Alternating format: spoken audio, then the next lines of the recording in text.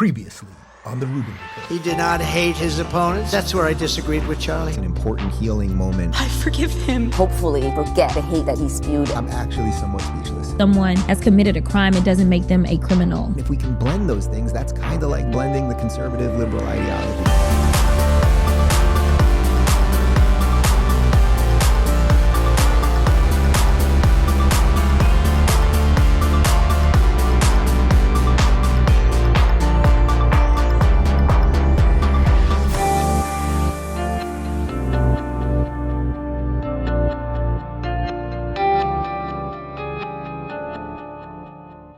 All right, guys, it's September 23rd, 2025, also year 5786 in the Jewish calendar. So it is the Jewish New Year right now, Rosh Hashanah. I am in Temple at the moment, and we are pre-taping here in the Rumble Studios in Longboat Key. And, I'm thrilled to be here. As I mentioned yesterday, Charlie Kirk found this building alongside Rumble CEO Chris Pavlovski, who's sitting right over there and going to be joining me in a few minutes. And we'll talk a bit about Charlie and some of the things we were building together and his legacy and all of that stuff. But we did want to do a quick pre-tape episode for you, and also just welcome to all of the new viewers. We've been seeing what's going on with the viewership and the subscribers and all those good things. So welcome to everybody, and I'm glad that it seems like a whole bunch of you have found a little refuge here amidst the madness, because there's a lot of political and social and cultural madness right now, and I think we've from the comments I'm reading, the tone we're hitting is just right, and it happens to be the way I'm looking at things, so that is nice. I want to just do one or two stories up top, then we'll sit down with Chris for a little bit, and we'll finish up with the Rubin Report Locals.com community Q&A. But the first thing that I wanted to hit is just sort of the fallout stuff. Yesterday, obviously, we covered a lot of Charlie's legacy and the things that he cared about, both spiritually, religiously, and politically.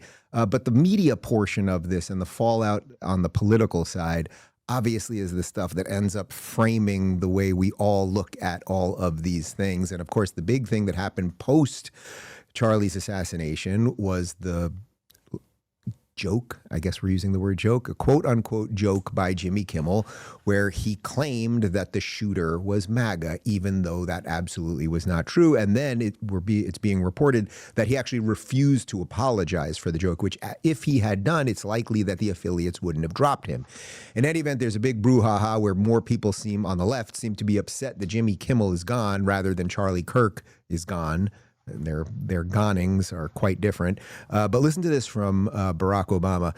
After years of complaining about cancel culture, the current administration has taken it to a new and dangerous level by routinely threatening regulatory action against media companies unless they muzzle or fire reporters and commentators it doesn't like.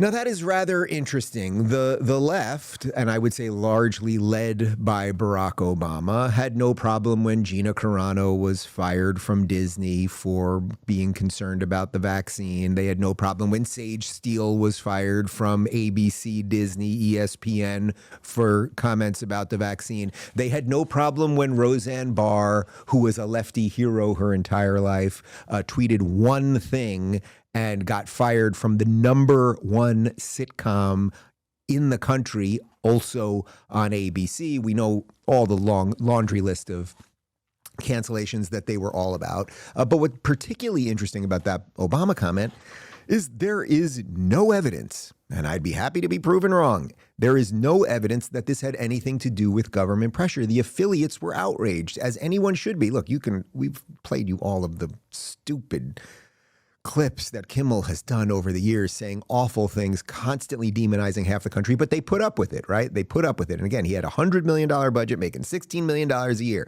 That's an awful lot of change for a guy that was basically just doing what used to be late night was the idea of comedy that we could all kind of come around before we go to bed.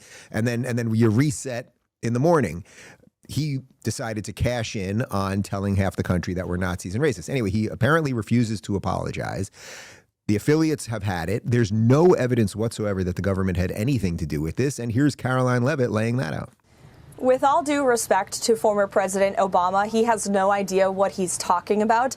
The decision to fire Jimmy Kimmel and to cancel his show came from executives at ABC. That has now been reported, and I can assure you it did not come from the White House, and there was no pressure given from the President of the United States. And how do I know that, Kayleigh? Because I was with the President of the United States when this news broke in the United Kingdom. We were enjoying the beautiful and spectacular state visit that was put forth by the royal family and the Prime Minister of the UK, Keir Starmer. And I actually brought this news to President Trump's attention. He had no idea this was happening. It was a decision that was made by ABC because Jimmy Kimmel chose to knowingly lie to his audience on his program about the death of a highly respected man when our country is in a state of mourning. Okay, so look, I happen to take Karoline Leavitt's word for it. That seemed pretty clear and concise and honest. You don't have to take her word for it, but there is simply no evidence of what Obama said, that the government is putting pressure. Now, ironically, if you remember those years when a few people had a cough and we called it COVID, the government, which was run by a guy named Joe Biden at the time, they actually were pressuring big tech to take down posts, including one of my tweets that you all know about COVID, saying mandates were coming and the vax wasn't working back in, I think it was July of 21. And we know that the government then colluded with big tech to silence people.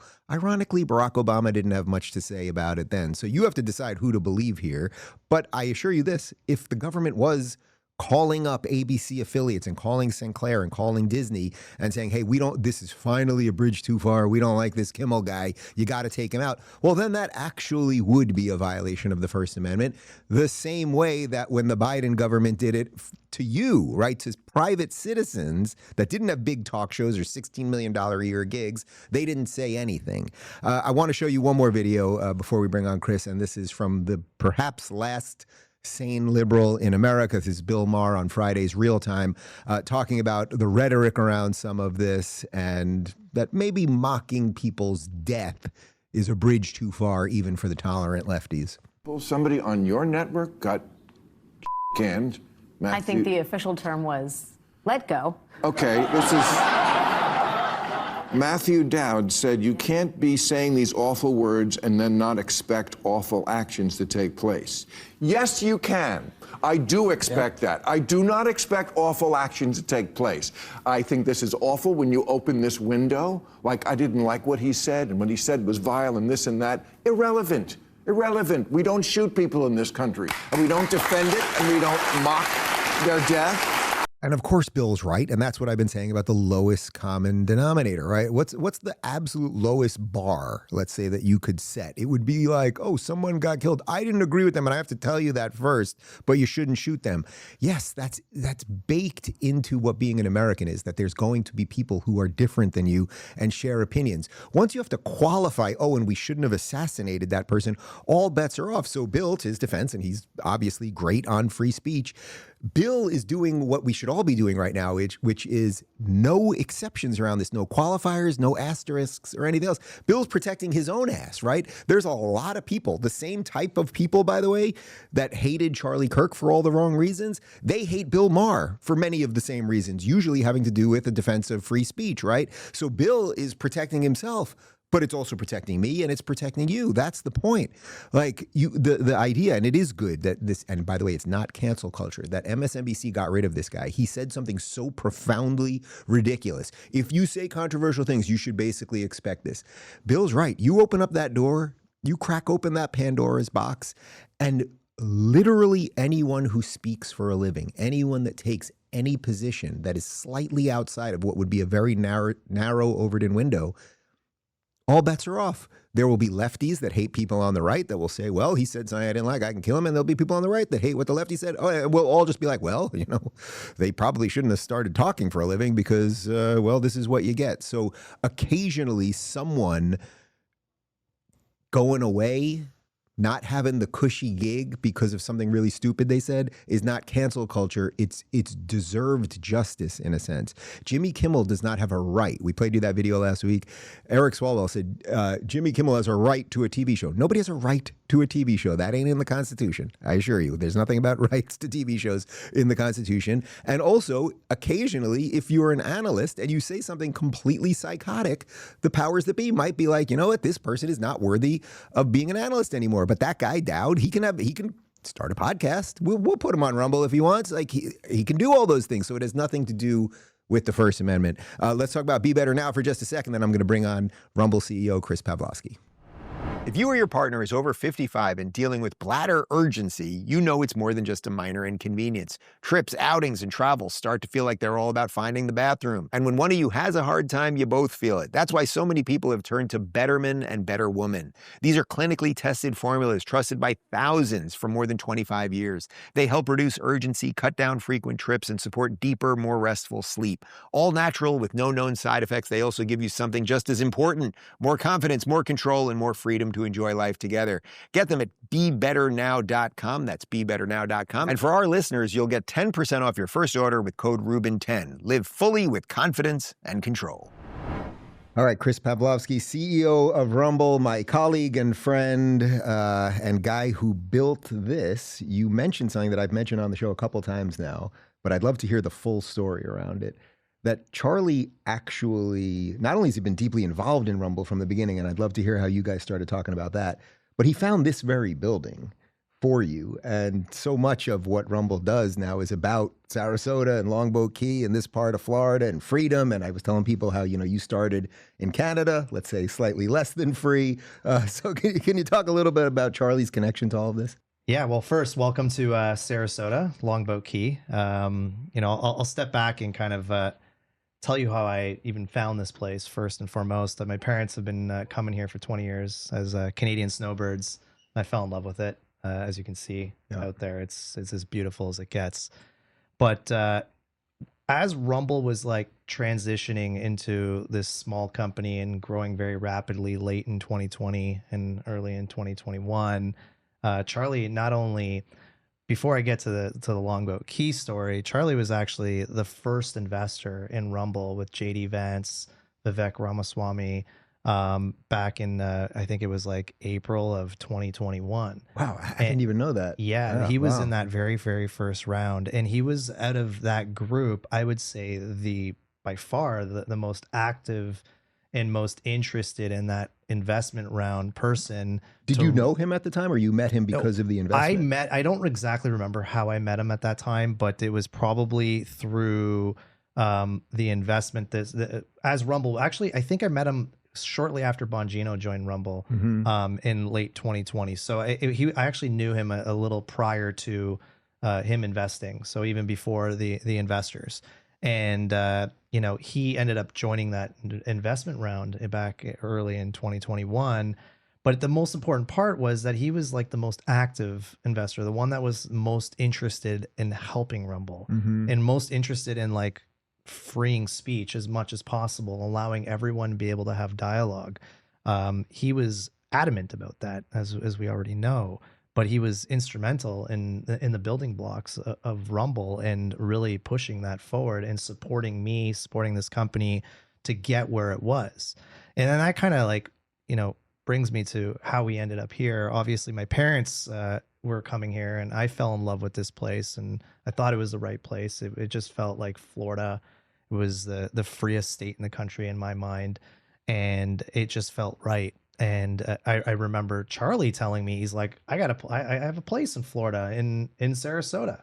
I'm like, really? And he's like, yeah. So he ended up coming to Sarasota and we ended up looking for offices together. That's how involved he was. He didn't need to do that. Think about this. Like as an investor, most shareholders are just looking for returns on their investment. Right. And Charlie wasn't that guy. In fact, I still think, Charlie held his shares as far as I remember. I don't know for sure, but I've had conversations with him where he told me he held his shares in the company and he never sold. So he wasn't about that return on investment like the other investors. He was in it for really helping Rumble. So we go around, we're looking at offices. We walk into this very building on this very floor, and we sit down in this like old boardroom. It was like, it had to have been done in the 70s or the 80s. Right. I came here when it was pretty disrepair. Yeah, that's right. Yeah. And we got we had a reporter harass us when you came with us here. Yeah. So we walk into this boardroom, and there's like tiles on the ground. The roof is falling apart. I think a hurricane just went through and it just really destroyed this building. And we're sitting in this like boardroom with these old chairs, this old wooden table, green carpets, and Charlie just looks around. And he's like, Chris, this is going to be the Rumble headquarters. This is going to be the free speech capital of the world. And I'm like, all right, we're going to do it. And I never looked back. We're now sitting in this studio in the building that Charlie helped pick. And like, you know, I think, like I said, we've had many investors, many shareholders. Charlie was one of the few that really did it for the purpose of forwarding free speech, the actual idea of like doing something great for America. And that's where his heart was. That's why he was in this company. And that's why he helped build it with me. And he never stopped. Like we were meeting all the time. We were talking all the time. We're trying to figure out how to do certain things. And, you know, he was always involved, deeply involved. And like, for that, I'm forever grateful. Yeah. Without him, you know, Rumble wouldn't be where it is today. And it's important to reiterate that he wasn't like an official advisor or anything. He was really doing this because he believed in the mission and he believed what Rumble was doing. Yeah, he had some stock, but like he didn't have to be wandering around finding buildings with you or advising you or coordinating on free speech events or anything else. Yeah, no investor's ever done that. You know, that's not usually what you expect out of the investor, but Charlie went above and beyond. He really touched this company in a way that I don't think many people know. And you really think about it, during that time, Rumble was the only thing. There was no X, there was no Elon. Rumble was the tip of the spear for free speech. And Charlie knew that. I knew that. This company knew that.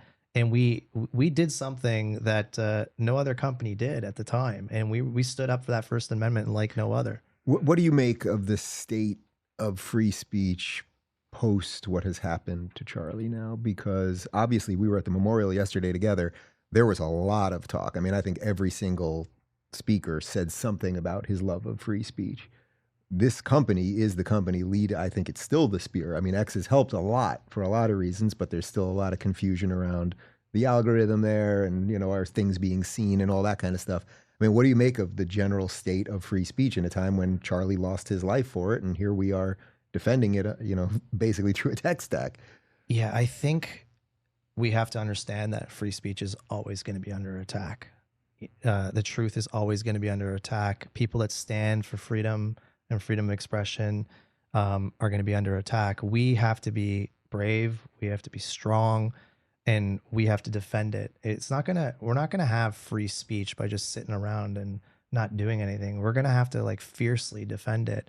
And like, in the aftermath of what happened to Charlie, you know, we went through a lot of, I'm sure you, but myself, I went through a lot of different emotions in the last week or two with respect to that. And like, you know, obviously the ABC Jimmy Kimmel thing, and I got really irritated. Like, you're now seeing people talk about ABC, that they now, you know, the Trump administration is infringing on free speech. And that's just like, that's really irritating to me, because that's not what free speech is. Right. Let me explain what actually happened in 2021 and what we were defending with Charlie. There were platforms like Twitter, like YouTube, that were out there parading that they were free speech platforms. Twitter said, Jack Dorsey, numerous times, they're defending free speech. They were censoring political dialogue. They weren't censoring incitement of violence. They were censoring political dialogue, conversation about COVID, conversation about an election. YouTube was doing the same thing. Facebook was doing the same thing. And all these companies were parading that they were going to uphold free speech, yet they were censoring thousands, if not millions of people millions, for sure millions of people on what they could and could not say. That's first, if you're going to parade that you're free speech, you're not free speech if you're doing that. Where were you when it mattered? Very simple. Yeah. But never in that moment was Fox News or CNN or any television show that's in the media. They always had the ability to change staff, always had the ability to, remove people, put other people in. And that's what ABC did. Right. His show's ratings were going down. They found this as an excuse to go possibly do it for that reason, or they did it for, what he said. I don't know. That's their internal, deliberations. But at the end of the day, they have they're exercising their free speech and their First Amendment rights by letting someone go on their freedom of association on their is also platform. A thing. Yeah. Correct. So it's not even close to what happened in 2021 when you're deplatforming a president's communication to the public. There's a big difference between Facebook and YouTube, which are means of communication to the masses. Like, if you're not online to be able to communicate to your masses, you can't communicate to your constituents. That's like denying someone buying a cell phone to go call somebody. That's that's the way I look at that. But when you're talking about a media company like ABC, who literally like censors and does whatever they want because it's their free speech to exercise whatever they want to say, that's their First Amendment right. So it was really irritating to see like every Democrat come out and say this is a violation of free speech. Meanwhile, like Fox News was removing talent left and right from their network over the last 5 years. So was CNN. So was every other company out there that's like a media company. But all of a sudden now, when a media company changes talent, that's because they didn't like what he said or because his show ratings were going down. That's now an infringement of free speech. Did you see? See the? There's a meme going around of what Jimmy Kimmel said when Roseanne was fired by ABC for one tweet, even though she was a hero of the left at the time. Now the left doesn't love her so much. But he basically was like, "You have a responsibility to say the right thing, and anyone can decide to hire you or fire you." It's hypocritical, right? Like this is. I saw one with one that he did with Trump as well, and like it's just so hypocritical and it's so disingenuous. That's the part that bothers me. We actually here at Rumble, Charlie actually defended what the First Amendment really is here for and how it is to be used. And they're trying to conflate the idea of a media company changing staff to be an infringement of the First Amendment. No. It is exactly the exercising of the First Amendment to change your staff in your own entity. Every entity has its right to its own free speech, however they want to speak.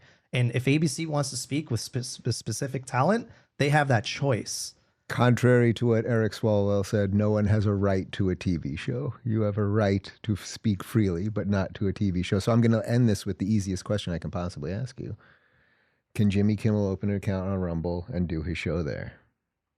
He's welcome to open an account on Rumble and he can do his show there, but he has to stay within the terms of service, which is not incite violence. And that's what it's all about. Good to see you, my man. Thank you. Thanks for having me. Guys, it's time to strut into the bedroom like your junk just got a VIP invite to the party. Blue Chew's chewable tablets are a motivational coach for your man parts, giving you harder, stronger, longer-lasting edge like your downstairs just chugged a protein shake and hit the weights. When you pop a Blue Chew tablet, your confidence will be so high that your shadow will call you Big Papa. It's not just sex. It's like your pelvis is auditioning for an action movie called The Boner Identity. Guys, this just isn't about performance. It's cementing your third legacy. Emphasis on leg. Who wrote this? Head on over to BlueChew.com to check out your options and level up your game. And we've got a special deal for our listeners. As always, get your first month of Blue Chew absolutely free. Just use promo code Rubin at checkout and pay $5 for shipping. That's it. Join Blue Chew's mission to upgrade humanity one thrust at a time. Head on over to BlueChew.com for details and safety info. And big thanks to Blue Chew for sponsoring this podcast. All right, we're going to jump to a RubinReport.locals.com community Q&A. Let me just say real quick about Chris. He's walked out of the room, so I'm not going to glaze him in front of him, but I have never glazed, right? That's what the kids say? I got the word right? Okay, that was pretty good. I've never met an executive doing all of this stuff, a tech executive or a media executive or anyone else, that has so consistently said what they are going to do and go ahead and do it. And as a matter of fact, yesterday when they were showing one of the retrospectives about Charlie's career and building Turning Point from the ground up, that's exactly what Chris did with this. It's why we ended up partnering with Locals, and I'm just very proud to be here, especially to the backdrop of knowing that Charlie found this building. So, all right, let's get to some community questions. Margaret says, what was the most meaningful thing to you during Charlie's memorial service that you feel comfortable sharing? The entire thing, God, does that sound cliche and not specific enough? I've never, well, first off, believe it or not, I told this to Sage Steele and she didn't believe me. I've never been to a football stadium before. I've actually never been to a live professional football game. So it was the biggest stadium that I've ever been in. They said it's seated around 73,000, but they somehow were getting it close to about 100. And I'm telling you, on the way there, it was insane. It took what was a 5-mile ride, took us about 2.5 hours to get there. People literally holding babies in the freaking 95-degree Phoenix heat at 9 a.m., walking down the highway. It was just see the signs everywhere, the American flags everywhere. It felt like, in some sense, it was like an old school Trump rally that I'm sure many of you guys have been to. You've definitely seen the videos with all the American flags and all the joy and everything else.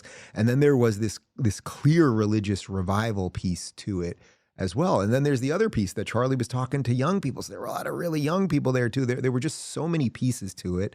And then, sure, you see the cast of characters, right? So then there's the president and the vice president, and there's Elon right in front of me, and all, like, you see all these things, and then in some sense it starts feeling like the Muppet Show. Like, it's just like all these characters, but they're real people and they're right in front of you.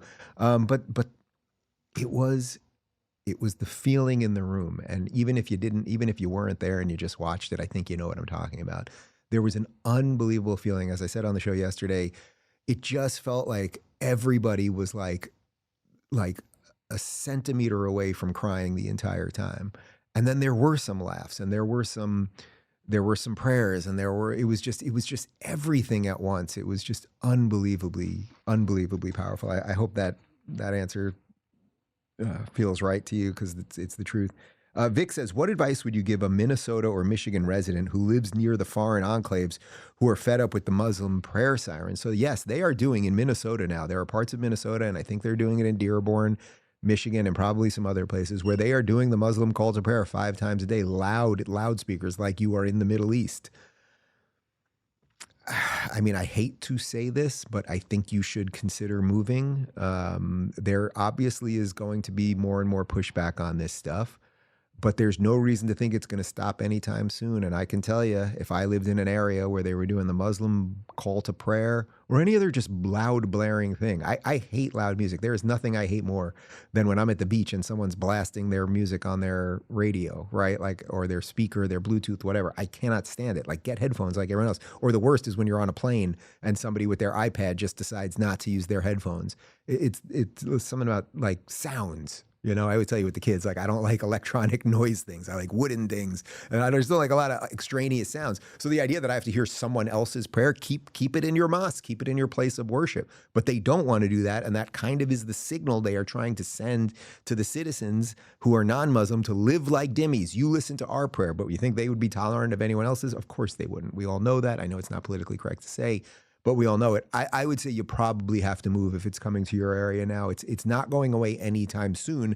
However, there will be places that don't allow it. And even in New York City, Eric Adams, polling at 6%, Eric Adams, he even changed the law just in the last 6 months or so that they'd be able to do more calls to prayer, I think, on Friday afternoons public. It's just like, yeah, everyone sees what's happening here, guys. Olaf says, who was sitting near you at Charlie Kirk's memorial? Well, I was sitting next to Sage Steele and her brand new husband, who got disturbed on their honeymoon, unfortunately, by the news of Charlie. But I absolutely adore Sage. And then I was in the red section, was the section right up front. So it was everybody there. I mean, it was Elon and Bobby Kennedy and Tulsi and Dan Bongino. It was basically everyone that you saw speak except for Trump and JD. Obviously, we're in a box upstairs. But sometimes it feels like the Muppet Show to me. Like, even though I know a lot of these people and I'm in this thing in a very like sausage making way, you see these people and it's like, wow, like that Charlie. I don't know that anyone else could have done it. If they had taken me out, if they had taken pick an influencer, like this thing that happened yesterday, it wouldn't have been that. there was something very special about what Charlie did, and everyone acknowledged it, and it was just very meaningful to be there. Crafty Cat says, being able to unplug and downshift after a long day is important.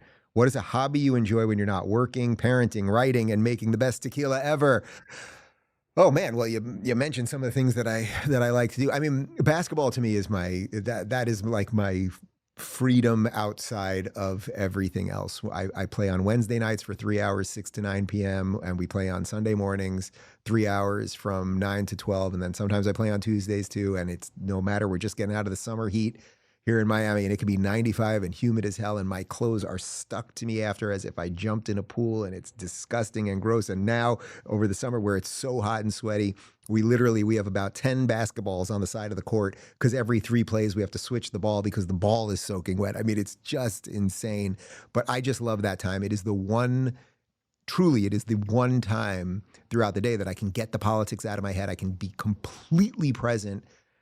Like I can do it with the kids too, but like the presentness, I can do that with them. But like for an extended period of time, just focus on just playing, like just something that I love outside of that. And then when I'm playing with the kids, I can do that kind of thing too.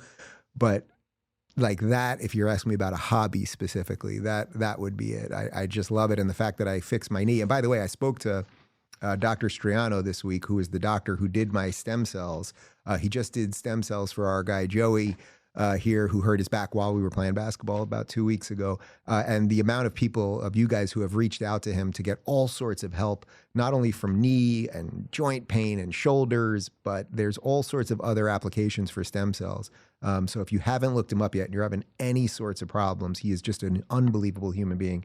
Dr. Richie Striano. He's just a great guy, and he watches the show. So shout out, Doc. Let's see here. Brendan says, do you think Trump and Elon will work together once again? Yeah, I do. I think that handshake, that moment, they knew they were standing, that they were sitting right in the box where everyone could see them. So they did it. It was good. It was needed. Hopefully that is within the spirit that Charlie was talking about. Look, what divides Trump and Elon, maybe it's some stuff around budgets.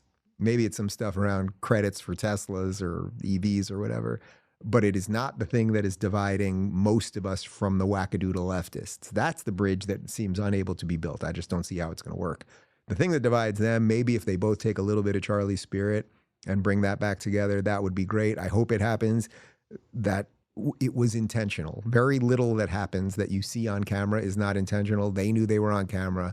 They both did the right thing, and it was great to see. Eurasian says, any chance of adding other dates in Australia, and what's the meetup situation going to be, if any? So a bunch of people have asked, there's a bunch of other private events and things that I'm doing.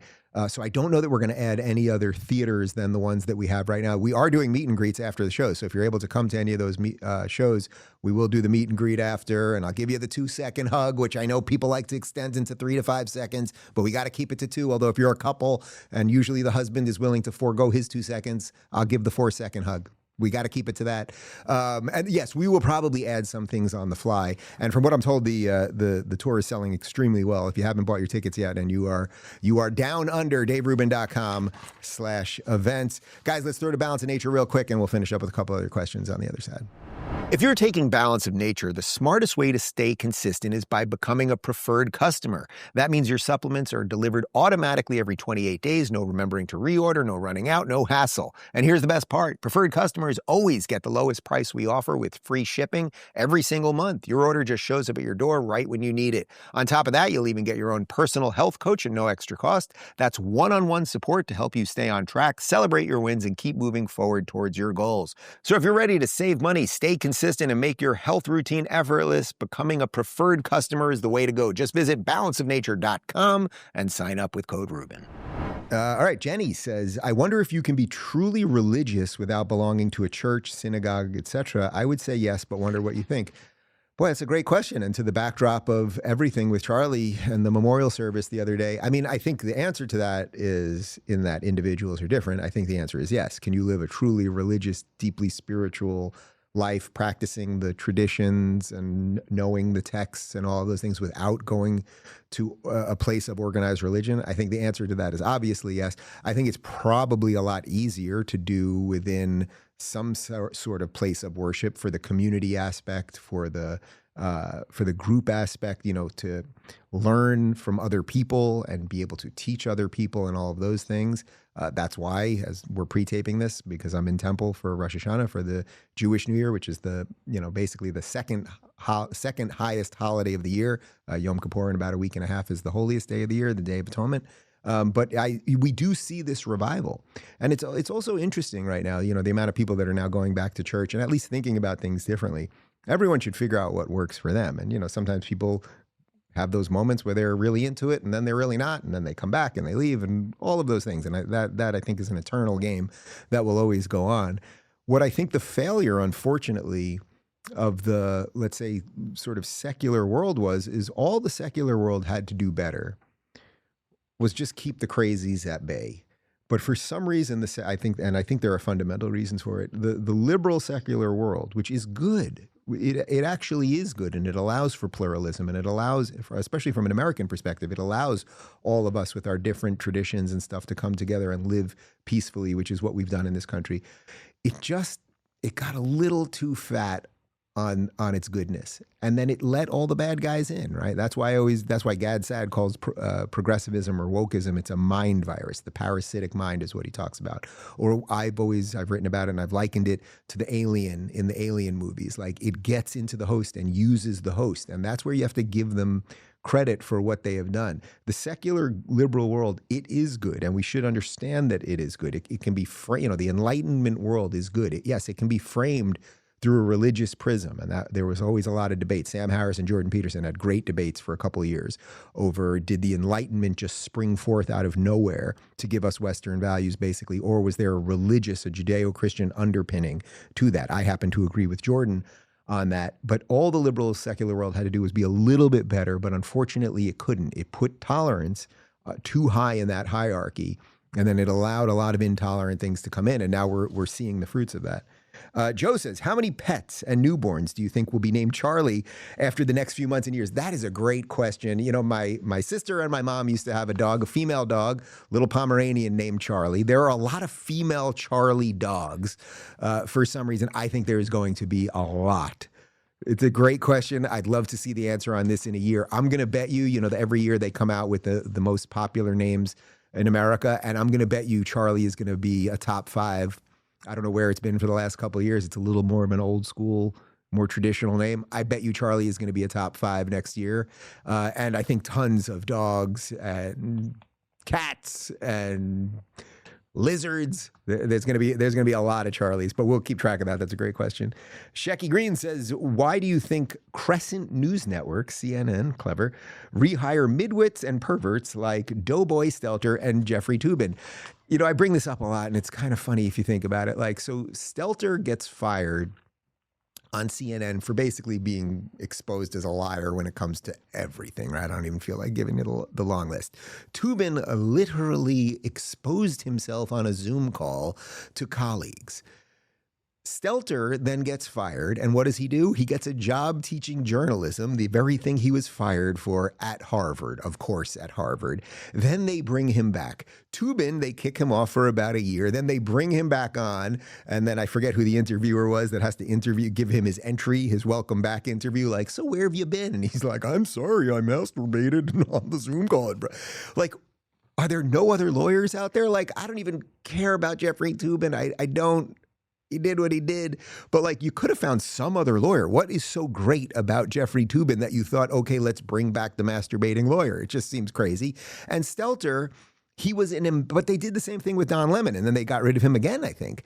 They get rid of these guys who are terrible, and then I think what they realize in a weird way, and this is what I would say is the perverse set of pressures in the mainstream media. They've done such a poor job of everything for so long that in some sense, they just want people to talk about them. So Stelter, whether you liked him or not or whatever, obviously I didn't and thought he was terrible at his job. He gets fired, and then whoever they put on, unless they're going to be talked about more than Stelter, you kind of want to bring Stelter back, even if it is to be made fun of. So it's very weird. And that's why the online thing is so freeing, right? Because I'm going to fail or succeed based on you guys, and in essence, it's based on if I'm doing something valuable, the proof is in the pudding. and the numbers will increase, the watch times will increase, et cetera, et cetera. You guys will subscribe and all of those things. These guys, Stelter just sits in a chair, and whether he's doing something good or bad, in some sense, it doesn't matter. It's like, are they talking about Stelter? Okay, he's lying about everything, but they're talking about him. Keep him around. Oh, that guy whacked off in front of, in front of Abby Phillip? Make it happen, people. Give him a gig. Hinkle says, if you have an audience Q&A in Australia, that's a good one. Will you be asking those who disagree with you to ask their questions first like you and Charlie did? Yes, we will be doing audience Q&A. We're still figuring out exactly what we're going to do. I think I'm going to do a little bit of solo stuff up front. Then we're going to do like an abbreviated Rubin Report with some clips. Then I have some special guests coming on that will join me, Australian politicians and journalists and things of that nature. And then, yes, when we do the Q&A, we will always do that. I have tried always to do that. Charlie taught me that around 2018 when we started doing Turning Point events together. If you disagree with us, come up first. Because otherwise what happens at a lot of these things is people want to come up and just say nice things to you. And that is great. Or they'll ask you to tell a story that they know already, or, whatever. And that's all lovely and wonderful. And it's nice to hear nice things. And it's nice when people like you and agree with you and all of those things. But that doesn't enrich the evening in any way. But if someone can come up to the stage and say, hey, you said this, I think this, can we talk about it? That's much more valuable. So we have to figure out a mechanism for it. One of the other things that's gotten tricky over the years when people do Q&As, and you guys have, any of you who have been to live shows, you see this. When you hand someone in the audience a mic, a lot of times they kind of want to go for 5 minutes, and you got 100 people behind them that want to get a question in. So we may do it. There are apps now. That's what we used on tour with Jordan. There are apps where people can basically scan a QR code and then they can submit the questions via app. But yes, we will go out of our way. If you disagree with us or you have a counterpoint of view, I will be happy to have those conversations. And that's the least I can do to honor Charlie. All right, I think we got one more. Rochelle says, what was your favorite Halloween candy when you were a young? Trick or treater? It is the same one that in the ripe old age of 49 is basically the only candy that I will eat on Halloween, which is going to be the Reese's Peanut Butter Cup. I always loved them. And, on Halloween, you're going to get the little ones, not just the regular cup. You usually get those little bite-sized ones. I loved them when I was 8. I loved them when I was 20, and I love them at 49. I'm very excited for Halloween this year. I already know. I don't know if Justin and Luke are watching the show today, but they're going to be Ghostbusters. It's going to be a big Ghostbusters thing. We got a real Ghostbusters theme going throughout the house right now, and we're early in on Halloween. We're all decked out for Halloween. Anyway, that was a nice way to end the show. We didn't have to end the show with politics or anything else. Thank you for watching, everybody. We will be back in studio live on Thursday. Tomorrow we've got something at 11 a.m. for you. You'll find out when it airs. Back in studio live on Thursday. Thanks for watching. See you tomorrow.